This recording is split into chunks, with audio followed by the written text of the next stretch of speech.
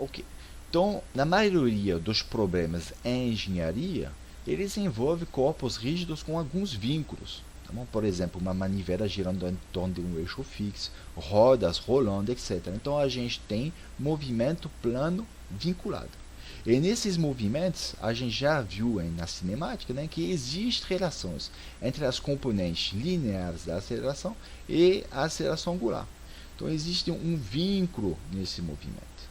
E, dessa maneira, em qualquer movimento plano vinculado, você precisa fazer análise cinemática em primeiro lugar, para depois utilizar essas informações nos diagramas, né, de corpo livre e força efetiva para fazer análise dinâmica. Bom, por exemplo, né, a gente tem essa barra que a gente viu muitas vezes na cinemática. Então, essa barra AB, ela tem um movimento plano vinculado. Como você vê isso aí? O ponto A ele tem que se mover sempre na horizontal. Só pode se mover na horizontal, enquanto que o ponto B ele se move na vertical. Ok? E a gente já viu, né, analisando a cinemática, que vai existir relações entre as grandezas lineares, né, e as grandezas angulares.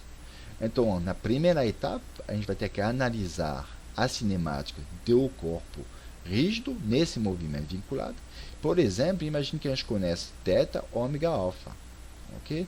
E com essas informações a gente vai poder determinar, né, a componente horizontal, a x e a y, do centro de massa, que vão ser informações que vão ser utilizadas no diagrama de força efetiva.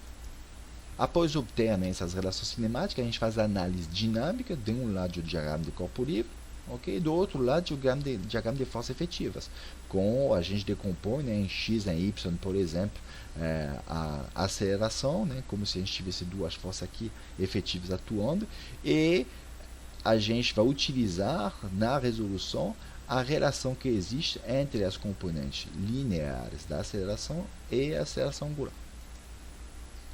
Vamos ver em particular agora dois casos específicos de um movimento plano, né, vinculado, que são bastante encontrados nos problemas e nos mecanismos. O primeiro é o caso da rotação não baricêntrica. O que é isso aí? É quando o corpo rígido está em um movimento de rotação, entretanto, o eixo de rotação ele não passa pelo centro de massa, passa por um outro ponto. Por exemplo, aqui, ó, ele passa pelo ponto O, e o corpo rígido ele torna, em movimento de rotação, em torno do eixo que passa no ponto O. O que acontece? Qualquer ponto do corpo rígido, e em particular o centro de massa, ele vai se mover ao longo de um círculo, ele vai ter um movimento circular desse raio.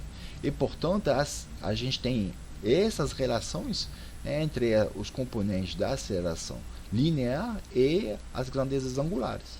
A gente sabe que a componente tangencial da aceleração vai ser igual a R alfa, enquanto que a componente normal vai ser R ômega quadrado, com essas direções. Tá bom? Então, a gente vai utilizar essas relações depois nos diagramas. E um ponto importante a lembrar, que a gente viu na cinemática do corpo rígido, é que as grandezas angulares, elas são do próprio corpo. Elas independem do ponto. Ok? Elas são características do corpo rígido.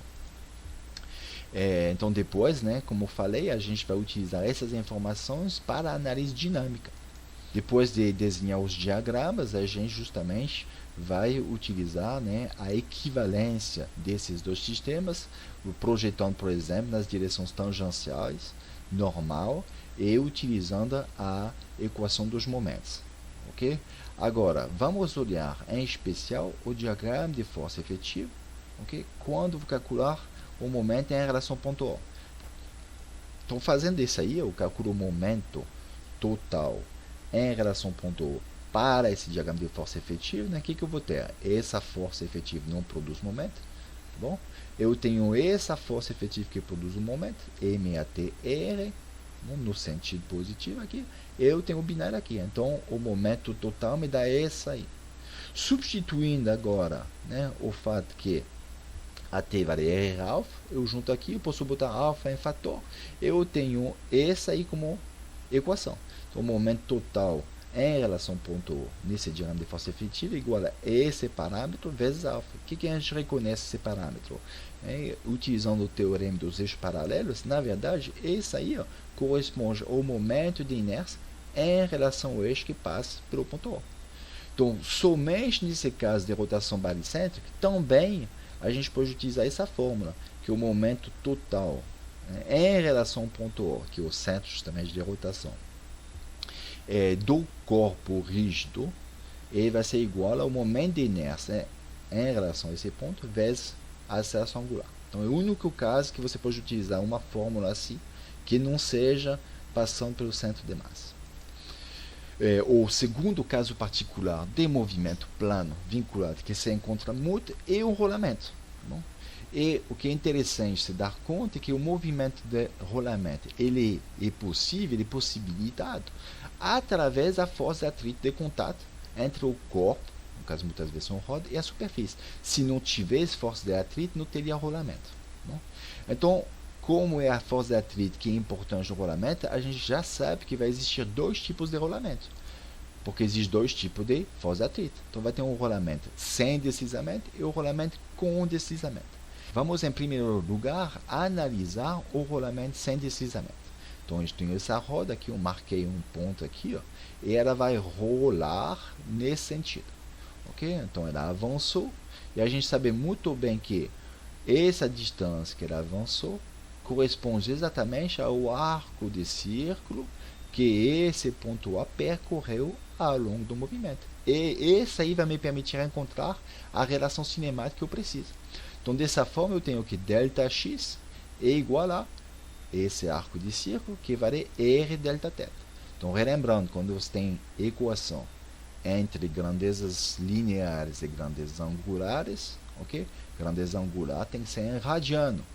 Só lembrar que a circunferência de um círculo é 2πr, não é 360r. Okay. Então, utilizando essa equação, né, eu derivo e vou obter justamente a relação cinemática que me interessa, que é a aceleração do centro de massa, vale R alfa. Aí, um cuidado muito grande. Né? AG e alfa tem que estar no mesmo sentido. Botei entre aspas, por quê? Né? Aqui o AG, não botei no desenho, mas aponta, né, pelo ΔX a gente vê, aponta para a direita. Então o alfa, né, o sentido positivo do alfa, tem que corresponder àquele que produziria aquela aceleração. Então, no sentido aqui. Se você bota no outro sentido, essa equação está errada. Teria que ser menos. Ok? Então, cuidado. Sempre colocar no mesmo sentido. Rola para cá, então a aceleração G deve ser para cá. Ok? Provém justamente dessa equação. A alfa também bota no mesmo sentido. É só lembrar como que rola uma roda. Bom, agora, depois de obter essa primeira etapa, a relação cinemática, a gente vai fazer a análise dinâmica. Ok? A gente desenha os dois diagramas. Então, diagrama de corpo livre, por exemplo, tem uma força aqui empurrando, né? Peso, a força de atrito, a normal.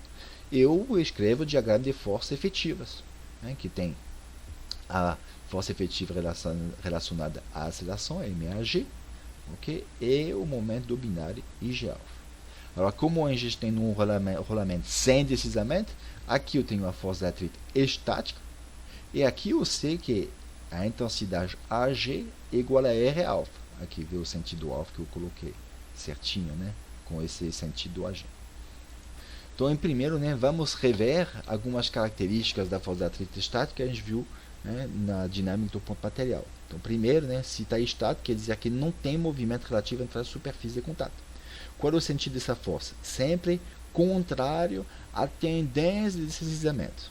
E a sua intensidade, né, positiva, ela vai ter um certo limite. Então, esse aí não é o valor da intensidade da força de atrito estática, o valor máximo que ela pode alcançar.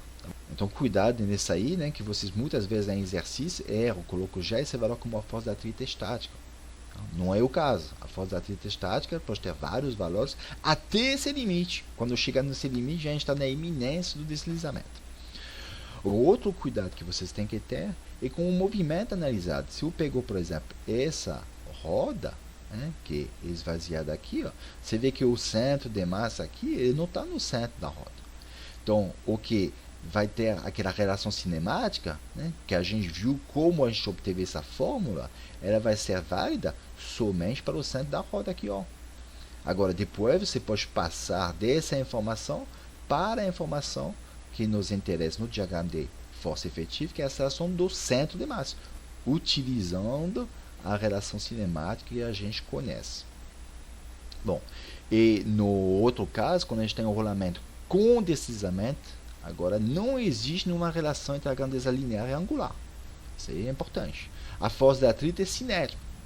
Okay? Então o sentido é sempre oposto ao deslizamento e a sua intensidade aí se pode presumir que ela é aproximadamente constante para MCN. O que você faz nesse caso? Ó, você vê, ó, se você representou os diagramas dessa forma, eles são ainda válidos. A única coisa que aqui você tem a força de atrito cinética e esse aí, ó, não é mais válido. Então você só deixa a massa vezes a G e você vai determinar a G. Então, qual vai ser a metodologia geral para problemas com rolamento? Bom, se você souber já o tipo de rolamento, né, você aplica o que foi visto para cada caso, né, se for sem deslizamento ou com deslizamento. Agora, quando você não souber o tipo de rolamento, qual vai ser o procedimento importante? Primeiro, a gente vai supor que está rolando sem deslizamento. Aí você resolve o problema, né, utilizando as informações que a gente viu, para encontrar a força de atrito estático. Aí depois você vai comparar esse valor que você obteve, 5, 10, 100, 150, não sei, newton, você vai comparar com o valor máximo possível. Ok? Então você vai ter que obter a normal, você calcula isso aí, você tem um valor máximo possível, você compara esses dois resultados. Se o valor da força de atrito estático que você obteve aqui é menor que o valor máximo, quer dizer que o rolamento está realmente acontecendo sem deslizamento. Esses resultados são válidos. Agora, se esse resultado aqui, ó, a força de atrito estático, ela é maior que isso, quer dizer que na verdade tem deslizamento. E aí você deve resolver de novo o problema, né, utilizando agora a força de atrito cinético. Né, e não pode ter mais aquela relação AG igual a real. Mas é só isso. Bom, nesse exercício, né, justamente a gente vai trabalhar um movimento de rolamento e eu vou resolver em vídeo separado. Né. Para um movimento de rotação não baricêntrica, a gente vai resolver esse exercício também em vídeo separado. E, finalmente, vou fazer mais uma resolução em vídeo separado desse problema, que a gente tem essa barra, né, que ela desliza aqui, ó, nesse plano inclinado, e a gente vai ver como encontrar a aceleração angular e as relações nos pontos A e B. Obrigado.